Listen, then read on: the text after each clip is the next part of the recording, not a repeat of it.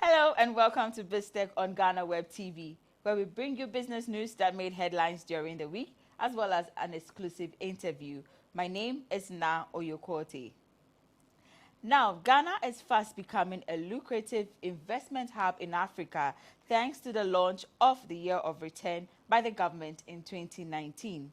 Many Ghanaians have relocated to the country or established one or two businesses to boost the economy.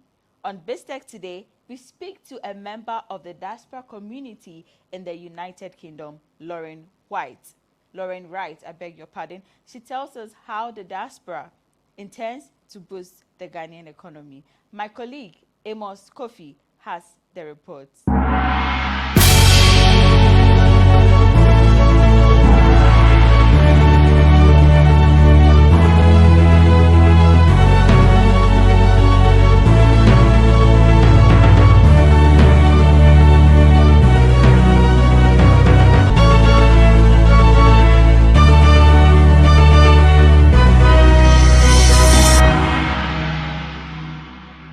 The Ghana Investment Promotion Center, in collaboration with the diaspora community, will hold a Diaspora Investment Summit come June 23, 2021 and June 24, 2021 to discuss measures to adopt to make way for the diaspora community to invest in Ghana.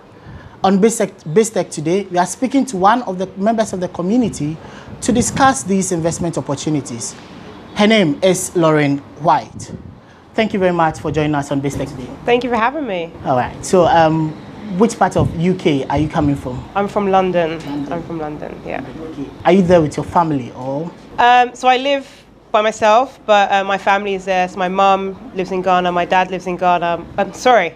My mum, why am I saying Ghana? My mum lives in London, my dad lives in London, my brother and my sister as well. So yes, so essentially yes. So all your family is in London? Correct, yeah.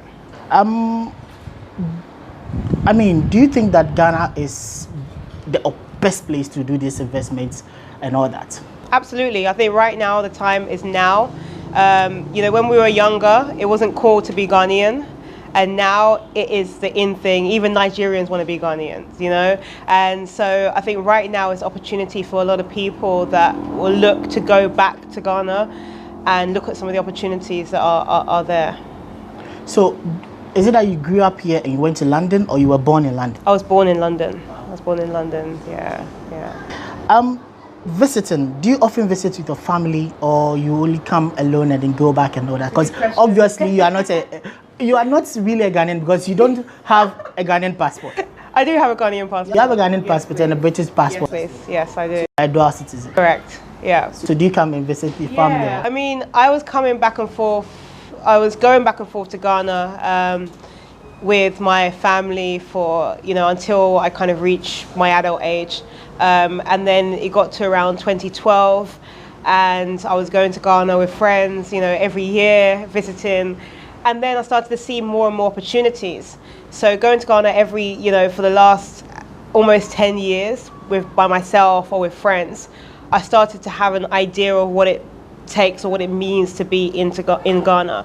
So before it was once a year, then it became twice a year, and now more recently it's become 3, if I can, 4 times a year.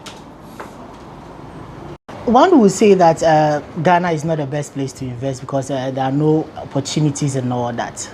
Generally, what is your perception about businesses in Ghana for the period in which you have been in Ghana? So I have my own business in Ghana. So for me, before going over, I felt, as you've just put it, you're not a Ghanaian. So I felt almost like an outsider. But the more I went, I started to see, look, there's opportunities. And I think right now, the land and the ground is fertile to the extent that if we don't get in now, I almost feel like it'll be too late. So I feel like right now there are so many businesses and industries that are booming, and the opportunity is now for us to start to grab onto it and really just take the bull by its horns. How many times have you visited Ghana? I can't count. I mean, I visit so often that I feel like, so every vacation period I get, rather than going anywhere else, I would go to Ghana. You made mention of the fact that you had a nice experience when you were here with your friends and all.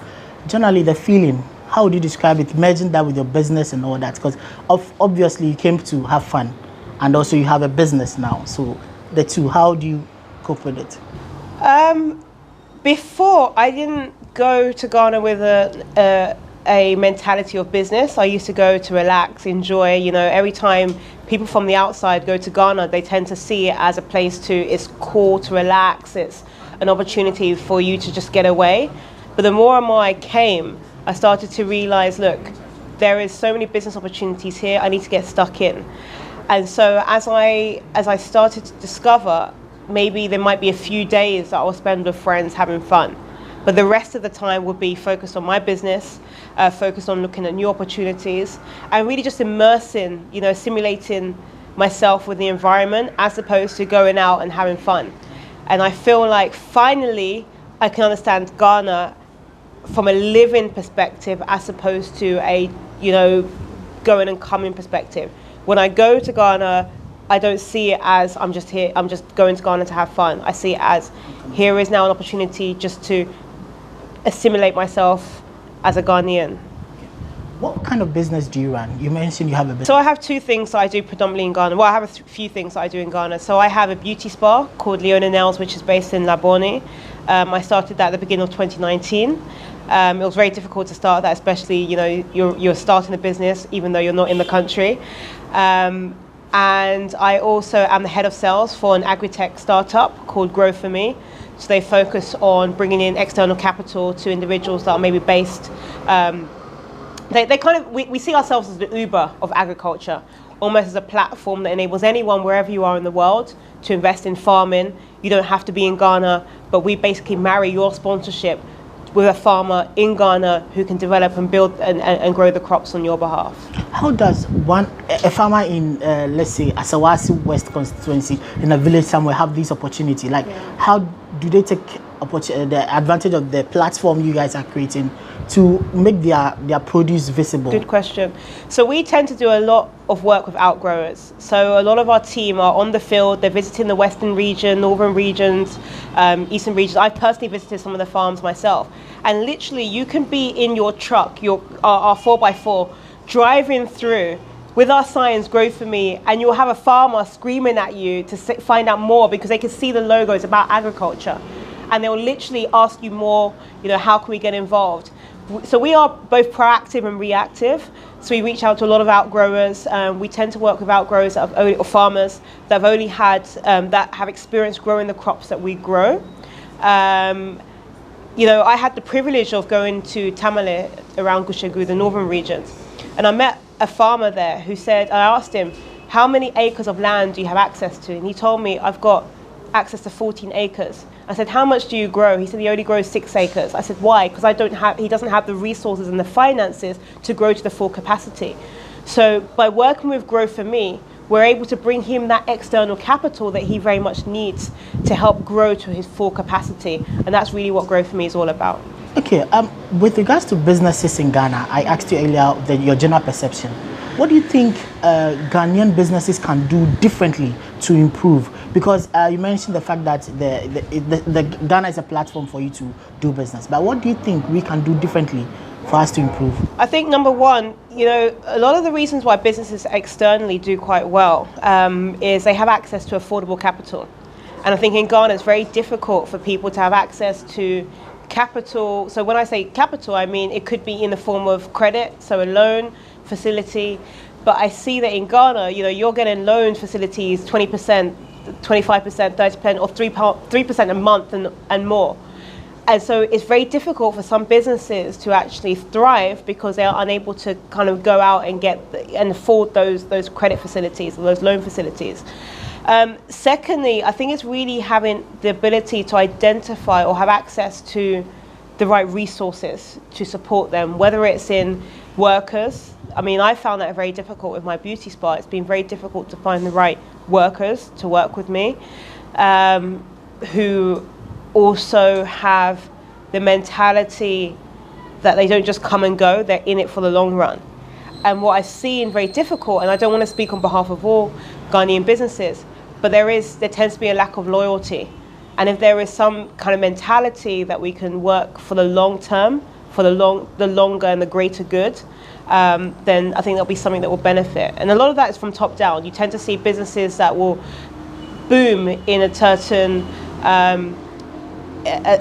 time where there is a certain government on, and in the moment that government goes, that business is no longer. But if we can start to see something in the longer term, or have a longer term mentality, then I think that would work out for the greater good. You mentioned all these lack of workers and all that.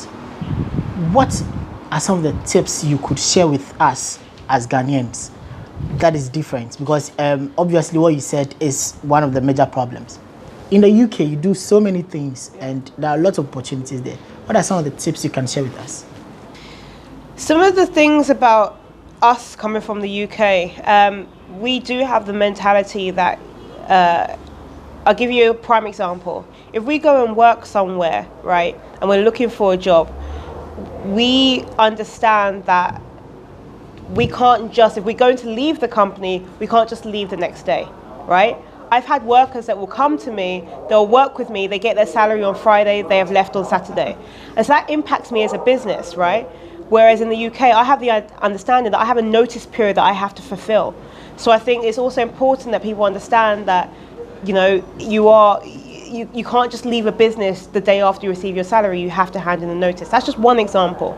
Secondly, you have to have a long-term strategy and put that in place. You have to have the right people to execute on that strategy. I think those are some critical things that people need to think about.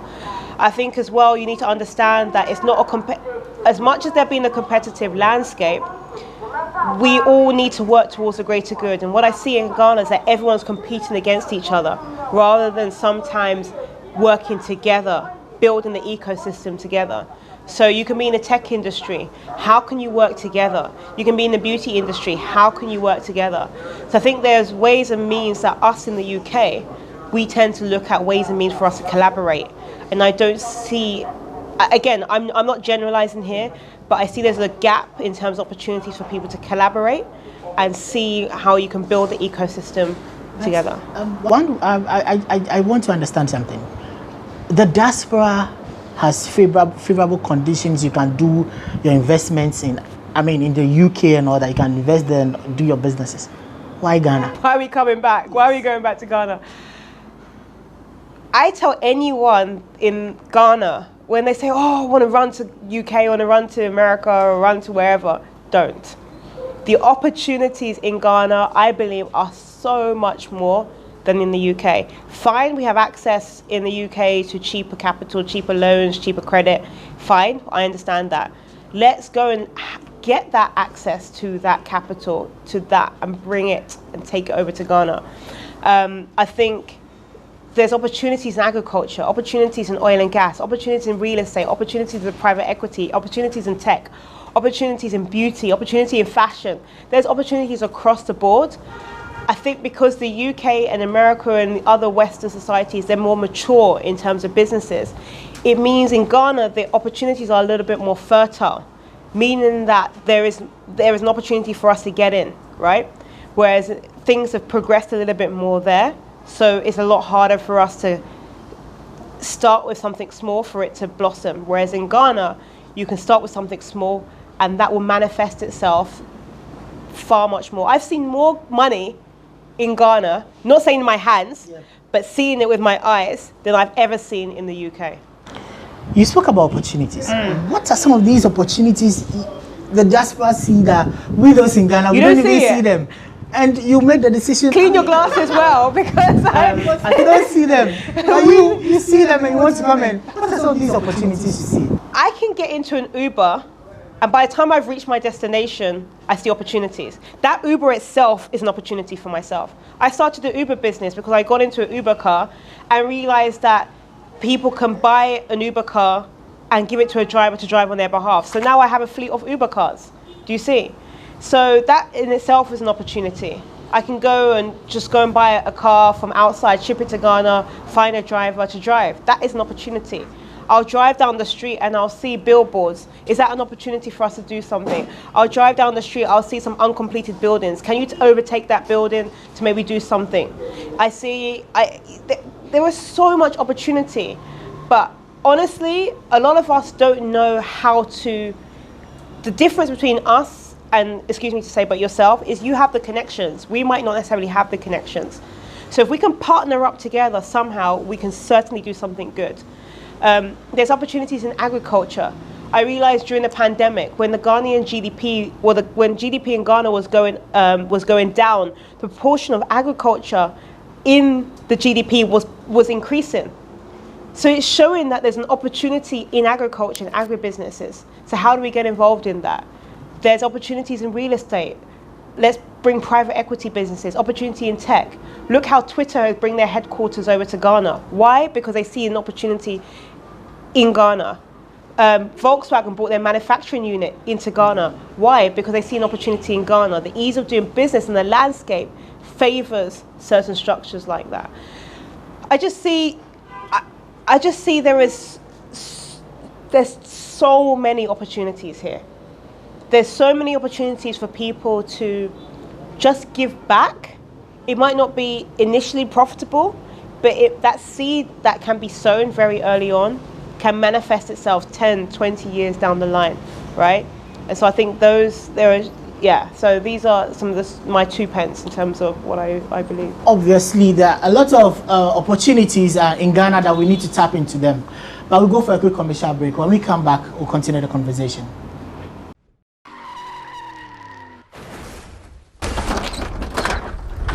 A sign, it can happen to everybody. What happened to me was not planned. Actually, in Kamekra, I didn't plan it because Minsana Ebuno, it is for life. I'm going to live with it for the rest of my life. And this is not what I want or I wanted. Intino, I will pray to God, first of all, to protect all of us. Again, I will plead with authorities that there should be more campaign. We are all here to stand as an ambassador if we have the support. Do you understand? We can't do it alone. So we need to let the campaign out the more. We need to speak about it. There should be everyday video about it. You should have ambassadors to people who are ready to talk, who are ready to remind ourselves. There should be videos. There should be videos around. Everybody has a mobile phone. And now I will be a sponsor. Now a quick thing, now be good phone. So whether you like it or not, you read it. There should be a way that road safety messages should go around like that. Again, our traffic lights. I've had an experience with it. I don't know if it's we should accept it like that in the night. Most of our traffic lights are on amber. It's like everybody can go. Yeah, I don't know. But please, if it could be changed, if you can go to the regular traffic light system, red, gold, green that we all know. Yeah, if you want someone, you won't be alright, but don't wanna be careful. So we should work on that. Again, if we can have a towing system that can help on our road too, it will help. Our road signs, most of them are the form. And I say, watch ya, and the comabu. And I say, you're a funeral cry, you know, if you are a car, bomb, and all that. Please, authorities, let's help us. Help us help yourself, make your job easier. Again, to drivers, in all this, the Akakan, you know, road signs, you are no careful, also a sign a bit to me at all.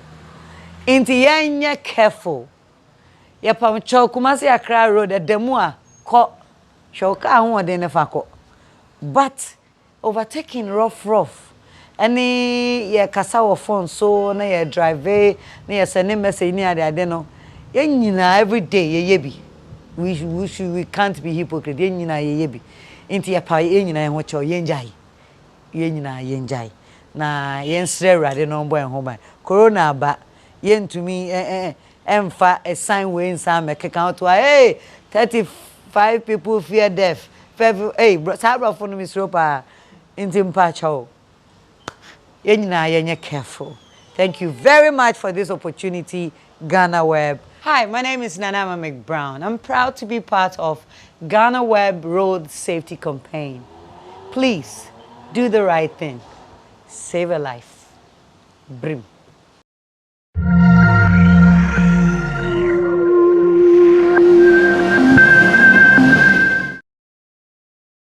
So welcome back from that breather. We are still talking to Lorraine Wright, who is a member of the diaspora community from London. Thank you very much once again. Ahead of the summit on 23rd June 2021 and 24th June 2021, what are your expectations? Look, I'm looking forward to heading over to Ghana and attending this. It's the maiden edition. It's an opportunity really for people in the diaspora to tap into what's going on.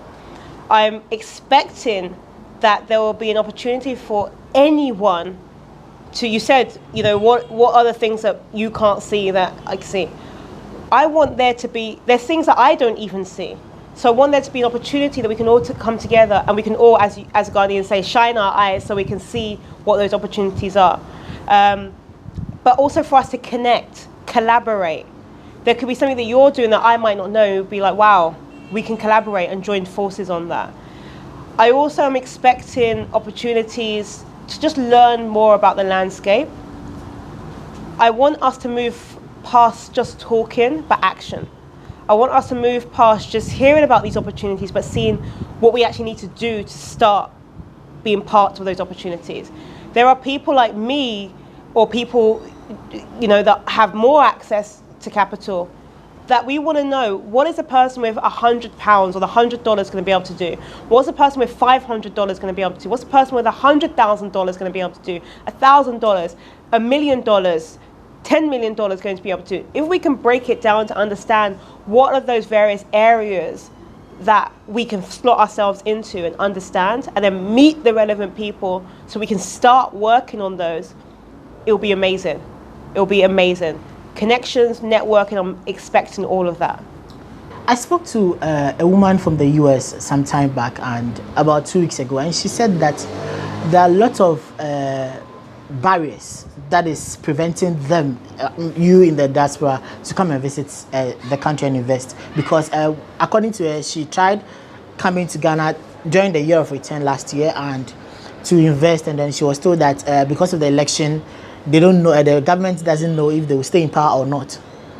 What do you think can be done to make it easy for the diaspora community to come to Ghana and invest? Because all these factors you raised are stumbling blocks. I think one thing I think we shouldn't hide away from, I'm going to answer your question in a roundabout way. With any form of investment, there's always risks, right? There's always things that will impact your investment. So I think we need to be very open and honest with what some of those risks may be. And one of those risks is the political climate, right?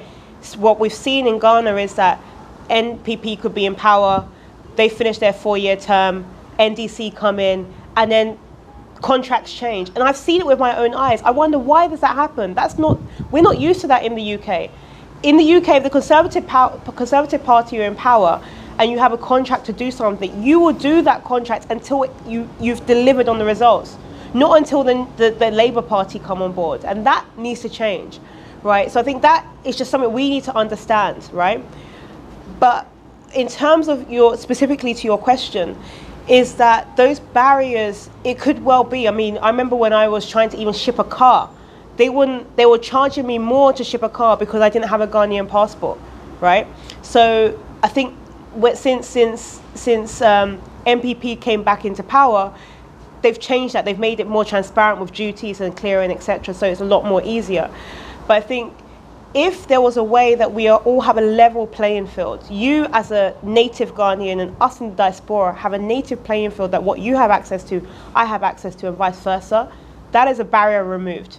Number two, I think also in terms of just being very honest with something. If I'm coming to you for a conversation, I tend to find that Ghanaians, the conversation I have with a Ghanaian versus a Nigerian, let's just say for example, a Ghanaian will say, okay, let's see. A Nigerian will tell you yes or no.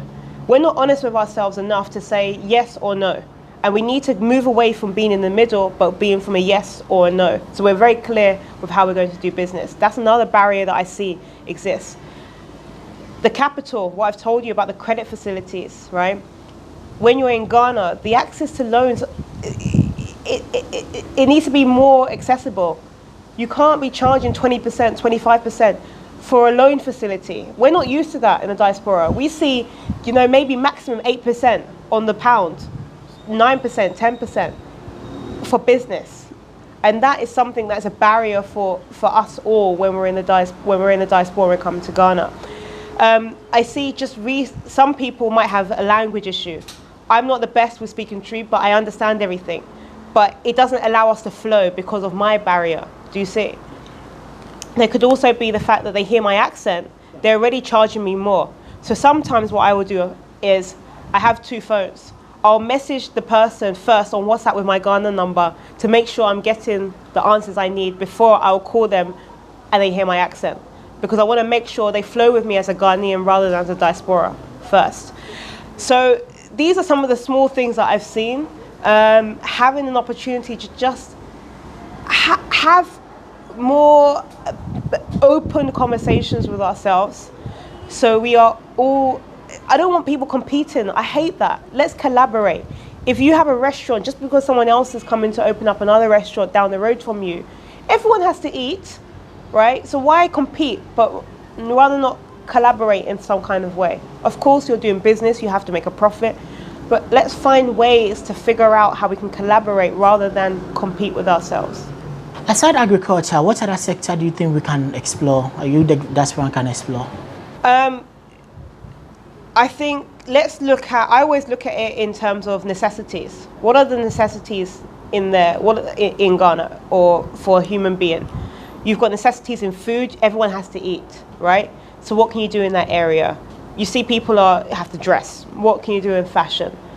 You see that everyone now, Wi-Fi has become a massive necessity. What can we do in the technology space around that? People got to live somewhere, shelter. What are the things that we're doing around affordable housing? I remember seeing some Twitter posts and posts recently where they'll show this is what $12 million gets you, $2 million gets you in LA versus $2 million in Ghana. Why is housing so expensive in Ghana? I see a massive mansion in LA for $2 million, but in Ghana you get a small house. Why is that? Why is that the case? What can we do to bring in affordable housing in Ghana? How can we bring in external capital into Ghana that is at a cheaper rate than you're used to? So what can we do to drive down the annual percentage rates, right? What can we do around beauty? Beauty is a booming industry right now. So a lot of people, I'm looking for people to collaborate who can bring their beauty services from outside and can work with me because I have a customer base in Ghana, right? What are we doing in transportation? What can we do around that? How can we facilitate infrastructure? How can we facilitate, there was a lot, oil and gas. There is space there for us to bring in, to work with partners, to bring in, to work with BDCs and OMCs in Ghana. How can we bring in extra oil or crude oil into Ghana or process, what can we do to refine oil here in Ghana? What are the Ghanaian government is putting out incentives around cocoa. What can be done through there? The Ghana government has said that there's going to be a ban on importing rice in the next 2 years. How do we start to build our own rice brands? So there's just so many different things. Tech, as I said, Twitter are bringing their headquarters to Ghana. That just goes to show you something, right? So I think in each of these different areas, there are opportunities and we just need to somehow tap into it. So I'm expecting from the summit that a normal person, I'm tired of going to summits where we're speaking at a high level, where the normal person from the diaspora can't come in with their own money or gather together with a number of angels or friends to build something. I'm tired of those conversations where we can't be part of it because you have to be from a institutional level. But how does a normal individual externally go to Ghana with the little capital they have, or maybe the links and the contacts that they have, to make a difference in Ghana?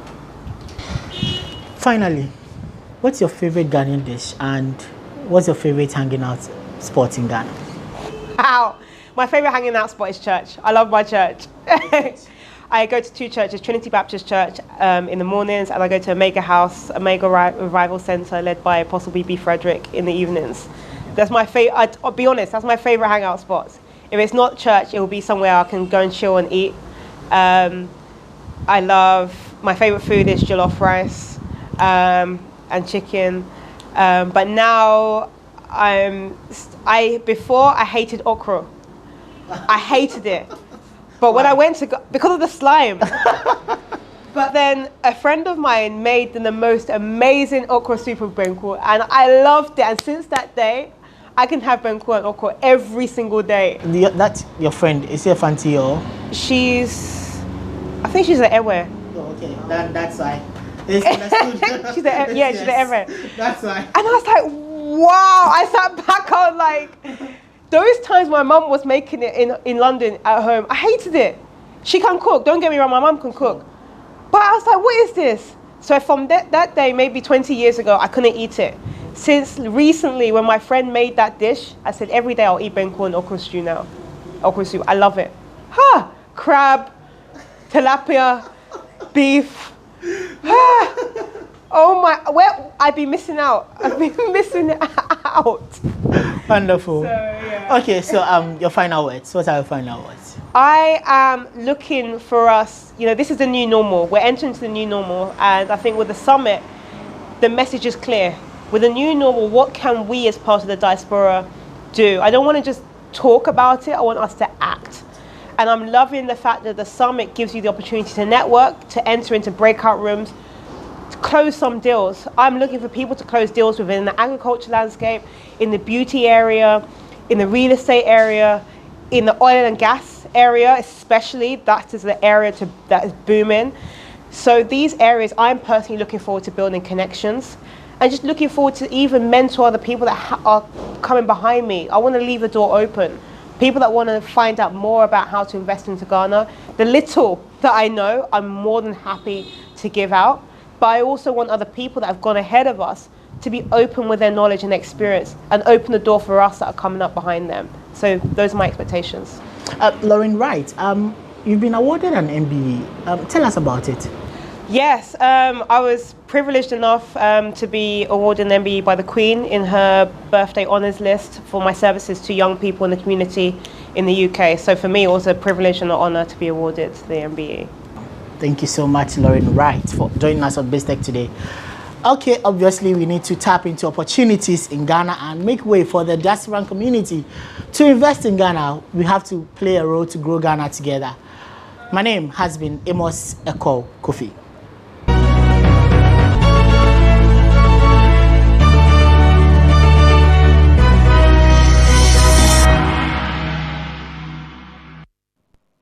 Thank you very much, Amos Kofi, for the interview.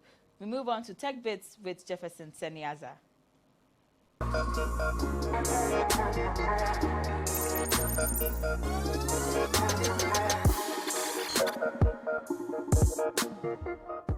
Hello there, my name is Jefferson Seniaza from After Music. This week on Tech Bits, we're going to talk about Coach Me. Now, we all have careers. I do have a career, you do have a career. Sometimes you need a bit of coaching right from the start to help you achieve your career goals. This website we're going to talk about has the right tool, and with AI technology and even hands-on technology, you'll be able to get the right coach and set your right goals for your career. So coach.me is literally spelled COACH.me. So coach.me is a great habit tracker that helps you whether you have a career, or it can even be used for any other coaching ability, and it's very, very simple. The main focus is actually to build your career. So it's an easy to learn skill, whether you pick your career and you let it gives you what you have to do to achieve those goals in that specific career. There's a free version for finding that, but the main one, personal coaching, which is you actually get assigned to a personal coach, it costs a bit much, but the main one is absolutely free, and if you have a look at it and if you like it, you can actually pay for more. But that is it, coach.me. There's an app for it, and it's also available online. You can just sign up, and we can look into the sign up process, which is very, very straightforward and easy to do. And once you get into it, you just put in your name, email address, and set a password, then you should be good to go. So I'd encourage everyone to have a look at it. Coach.me, that's instant coaching for all those that want to have a target career and get into. So that's it for this week. I'll see you again next time. Bye for now.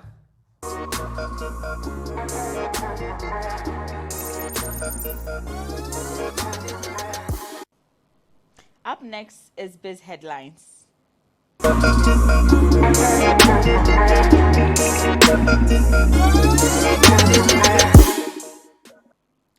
Persons engaged in the buying and selling of foreign currency to or from unlicensed persons or entities have been served a warning from the Bank of Ghana. The bank says those activities are prohibited under Ghana's laws.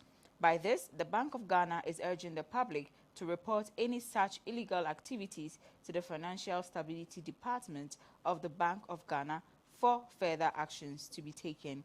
This was contained in a release by the central bank as part of its financial literacy education on Forex Bureau, adding that those engaged in the buying and selling of foreign currency without license will be punished upon a summary conviction by a fine or a prison term of not more than 18 months or both.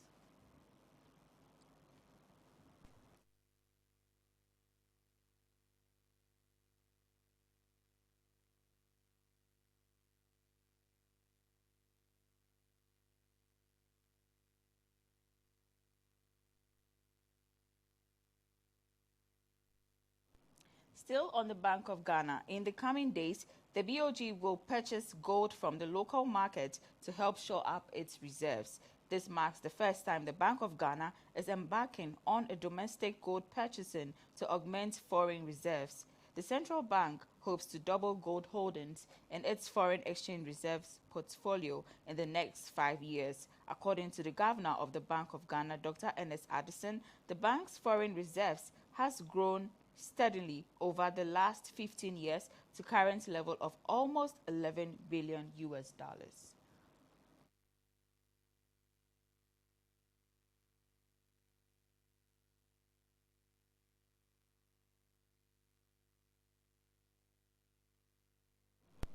The incessant robbery attacks on mobile money agents in the country makes the business the riskiest in the country, bemoans the spokesperson for the Mobile Money Agents Association of Ghana, Charles Kwesi Addo.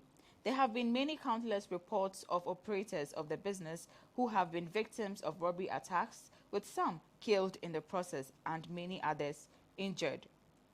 In some of the most recent cases, there were separate robbery attacks in the western region on 2 mobile money vendors in Sekondi Takoradi, while many others have been recorded in other parts of the country.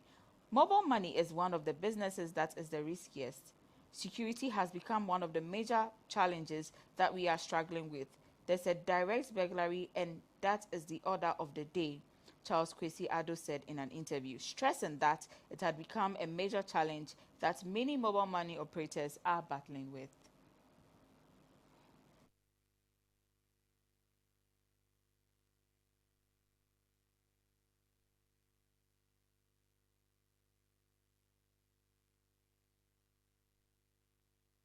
On the aviation sector, British Airways has bowed to pressure from the government of Ghana and rolled back on a plan to switch Accra flights from Heathrow to Gatwick. Speaking in an interview, the public relations officer for the Ghana Civil Aviation Authority, Eric Miracle Amaning, said Accra will continue to operate from the London Heathrow Airport from the IATA Winter 2021 season. This means passengers on the Accra-London route will land at Heathrow Airport instead of Gatwick Airport. Finally, the British Airways last week wrote to the Minister of Transport, informing him that they have reconsidered their decision to move Accra flights to Gatwick. So our final destination will be Heathrow Airport and not Gatwick. So I think that the Minister of Transport did a yeoman's job, and we need to commend him for that. That was Eric Miracle Amini speaking in an interview.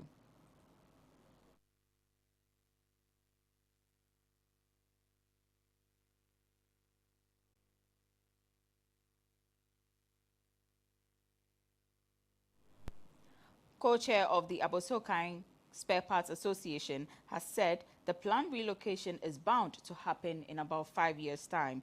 His reaction comes on the back of some spare parts dealers at Abosokan protesting attempts by the government to relocate them to a new site. Speaking to Desmond Frempong on Ghana Web's BizTech program, Mr. Ampedu said the intended relocation is not an immediate action, but will happen within the next 5 years. We are planning that from now to 5 years, within 5 years, we will relocate from Abosokan. And we want a better place. We are not thinking of Abosokan or the spare parts alone. We are thinking of the mechanics, those who sell cars, a place that we can have a hospital, a stadium. We want to build a village by itself, you know. Look at the situation here. No investor will come to our aid because the whole place is very porous. The whole place is not good. Even though we are enjoying what they're doing here now. But if you have this vision, you have to plan so that the future generation will come and take over from you. We cannot sit down here for this business to collapse. I think it's miscommunication. That's the reason why people are not happy about it. I say people are agitating, talking here and there. But with time, they will get to understand. Now on the oil and gas sector, the managing director of Tema Oil Refinery, Francis Boateng, has been sacked from his post, together with his deputy, Ato Morrison. The duo, who had been at the helm of troubled state-owned refinery since May 2020, were reportedly served with their dismissal letters last Friday, June 11, 2021, by the Ministry of Energy. Commenting on the issues, Executive Director of Institute for Energy Policies and Research, Kojo N. Poku, said the refinery's current state has been that of grave concern. There is no quick fix to the myriad of problems at Tor. Some people are of the belief that if GNPC gives our local crude oil to Tor and Ministry of Finance gives money to the refinery to pay 6 months of salaries, the problems will disappear. Unfortunately, that is a misconception. All refining done by Tor in the last 6 years using the CDU and residue fluid catalytic cracker has resulted in losses to the refinery, he said in a release by Tor.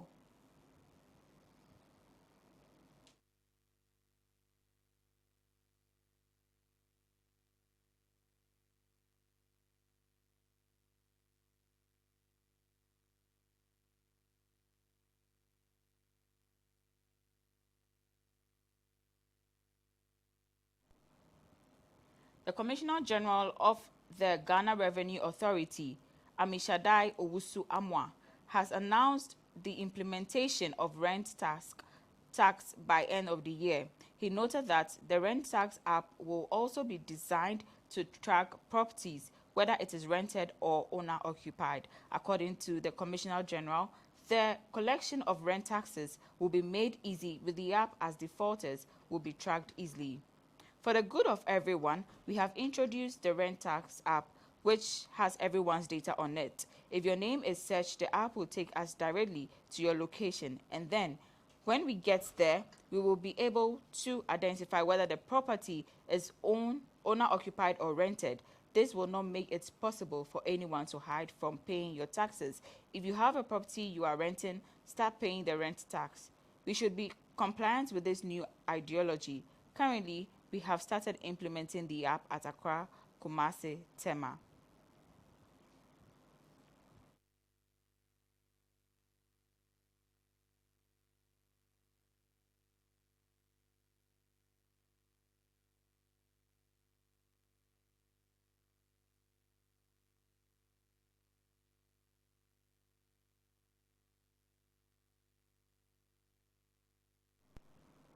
The integration of member account numbers of the Social Security and National Insurance Trust to the national platform, the Ghana Card, by the National Identification Authority, will take off from June 28, 2021, Dr. John Ofori Tenkwine, SNIT's Director General, has revealed. Effectively, about 1.6 million active SNIT members will by the close of 2021 be fully integrated with the NIA platform. At a stakeholders meeting held, Dr. Ofori-Tinkwine said that his migration answers the question, why carry two cards if one can do the job? For us at SNIT, this transition ties in nicely with our quest to improve the ease of doing business with the trust. Your convenience means everything to us, and the switch to using a Ghana card will only mean you only have to carry that one card for practically all your transaction, Dr. Ofori-Tinkwine said.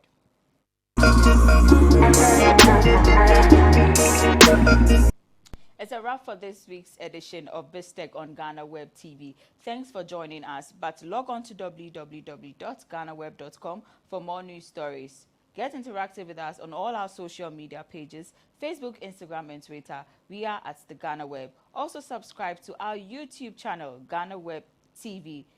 My name is Na Oyokwote. Have a blessed weekend.